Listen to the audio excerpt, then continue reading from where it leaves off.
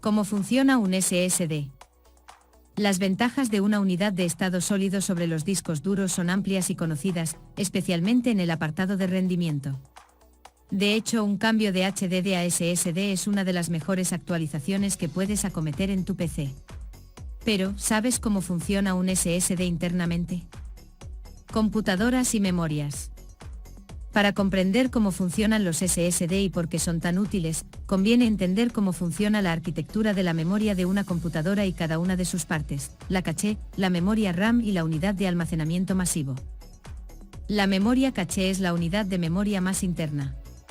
Las rutas eléctricas hacia la memoria caché son las más cortas, lo que hace que el acceso a los datos sea casi instantáneo. Sin embargo, la memoria caché es muy pequeña, por lo que sus datos se sobrescriben constantemente. La RAM es el punto intermedio. Una memoria de acceso aleatorio donde la computadora almacena datos relacionados con los programas y procesos que se ejecutan activamente.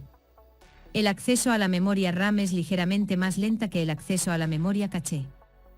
La unidad de almacenamiento es donde se almacenan todo el resto de datos que necesitan persistencia y en ella se almacenan los datos del sistema operativo, aplicaciones, juegos, archivos de configuración y todos los ficheros de usuario, documentos, vídeo o música.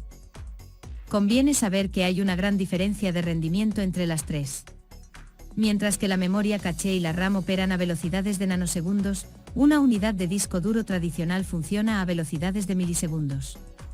Como resultado, el sistema de almacenamiento ha sido un gran cuello de botella para el rendimiento de todo el PC. No importa cuán rápido sea el resto de componentes. Una computadora solo puede cargar y guardar datos tan rápido como puede manejarlos el disco duro.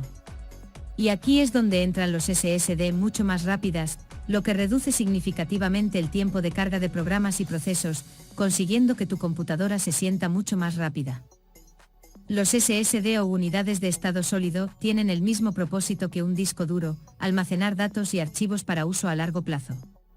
La diferencia es que los SSD modernos, desde 2010, usan un tipo de memoria flash asimilables a las utilizadas en la RAM, pero a diferencia de ellas están basadas en puertas NAND que no borran los datos cada vez que se apaga la computadora.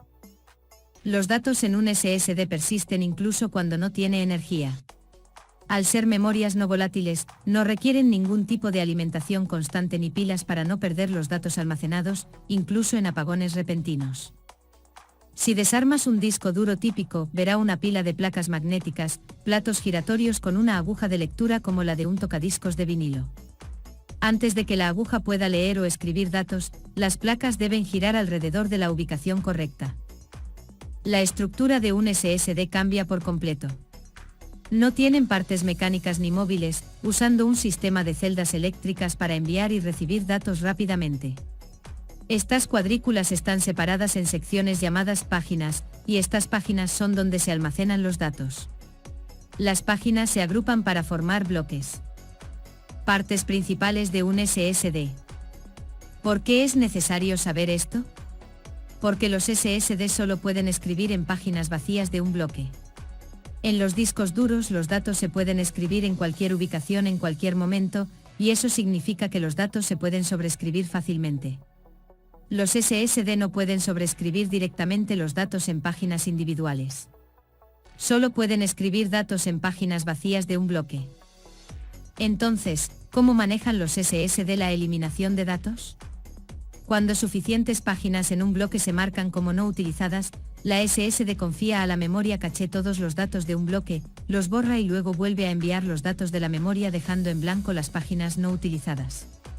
El borrado de bloques no significa que los datos desaparezcan como hemos visto.